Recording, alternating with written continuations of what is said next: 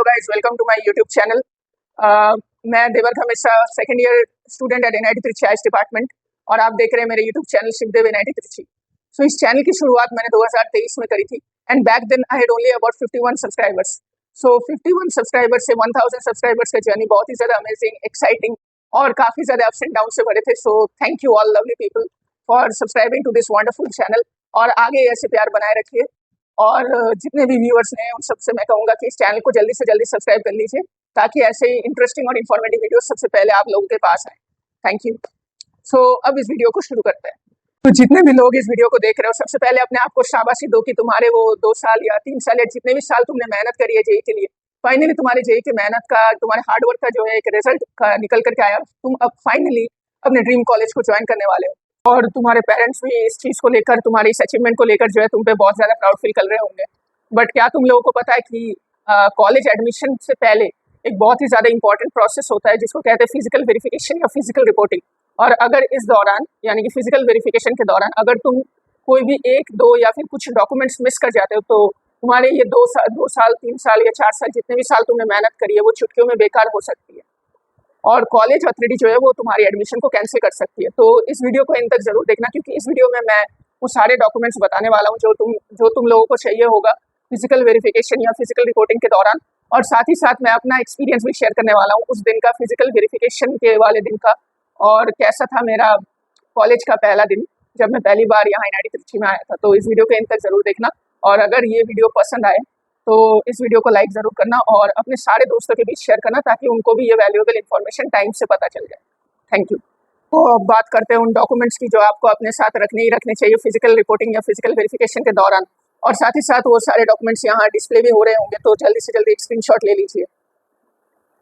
तो पहला डॉक्यूमेंट जो आता है वो है आपका 10th का मार्कशीट। इसका ओरिजिनल कॉपी रखना सबसे ज़्यादा बेस्ट है।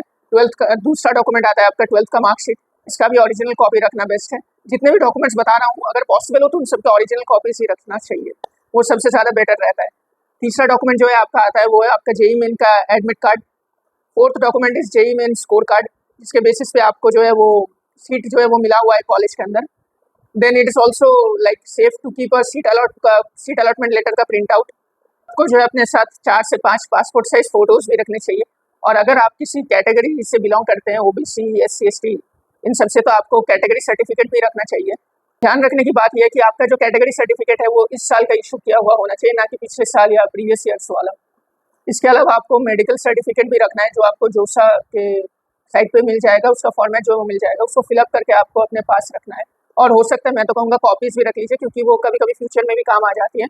इसके अलावा आपका 12th का माइग्रेशन सर्टिफिकेट होना चाहिए, जिस भी स्कूल से आपने 12th कंप्लीट करी है। कैरेक्टर सर्टिफिकेट होना चाहिए, कभी कभी ये भी कॉलेज वाले मांग लेते हैं। और साथ ही साथ फाइनली एक और चीज़ भी होना चाहिए, वो है आपका आधार कार्ड, यानी आपका यूनिक आइडेंटिटी प्रूफ। ये सारे डॉक्यूमेंट्स जो है वो आपके साथ होने ही होने चाहिए। इसके अलावा एक और सबसे ज़्यादा इंपॉर्टेंट जो है चीज़ जो है वो है जो आपने पेमेंट किया है, जितने भी पेमेंट्स आपने किए हैं सीट एलोकेशन के दौरान, चाहे वो जोसा में हो या सीसैब में हो, उनके भी स्क्रीनशॉट्स आपके पास होने चाहिए। या फिर अगर स्क्रीनशॉट्स आप नहीं अरेंज कर सकते आप, या स्क्रीनशॉट्स में डिफिकल्टी है, तो एटलीस्ट प्रिंट आउट आपके पास होने चाहिए। अब मैं अपना एक्सपीरियंस जो है वो आपके साथ शेयर करने वाला हूँ कि मेरा जो है फिजिकल रिपोर्टिंग या फिजिकल वेरिफिकेशन वाला दिन कैसा था। तो हमारे टाइम में जो है वो हमको डेट दिया गया था 18 अगस्त का फिजिकल वेरिफिकेशन का। तो मैं instrumentation and control engineering branch का था, तो 18 अगस्त मेरा अलॉटेड डेट था। हर एक ब्रांचेस का अलग अलग डेट अलॉट किया गया था कॉलेज अथॉरिटीज़ के द्वारा। तो मैं और मेरे पेरेंट्स, क्योंकि वेस्ट बंगाल जो है वो तिरुचिरापल्ली, जो कि तमिलनाडु में है, वहाँ से बहुत ज़्यादा दूर है, तो मैं और मेरे पेरेंट्स, मेरे फादर और मदर, हम तीनों 16 को ही यहाँ आ गए थे।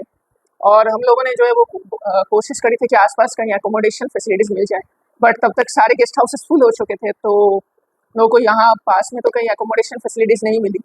बट यहाँ से जहाँ पे मेरा कॉलेज है एनआईटी त्रिची, वहाँ से लगभग लाइक 10-15 किलोमीटर्स दूर त्रिची सिटी है, मेन सिटी है। वहाँ पे जो है हम लोग होटल में थे। उसके बाद 2 दिन पूरे होने के बाद मैं 18th को कैंपस में आया मॉर्निंग को। मेरा जो है रिपोर्टिंग टाइम मुझे एग्जैक्ट याद नहीं, बट 9 AM कह रहा हूँ था, इंस्ट्रूमेंटेशन कंट्रोल इंजीनियरिंग ब्रांच का। तो मैं आया, बान हॉल में जो है हमारा रिपोर्टिंग हो रहा था ब्रांच वाइज। तो वहाँ पे रिपोर्टिंग के दौरान जो है हम लोगों को लाइन में खड़ा किया गया, सारे ब्रांच वालों को एक साथ। उसके बाद एक एक करके बुलाया गया, सारे डॉक्यूमेंट्स जो है वो चेक किए गए।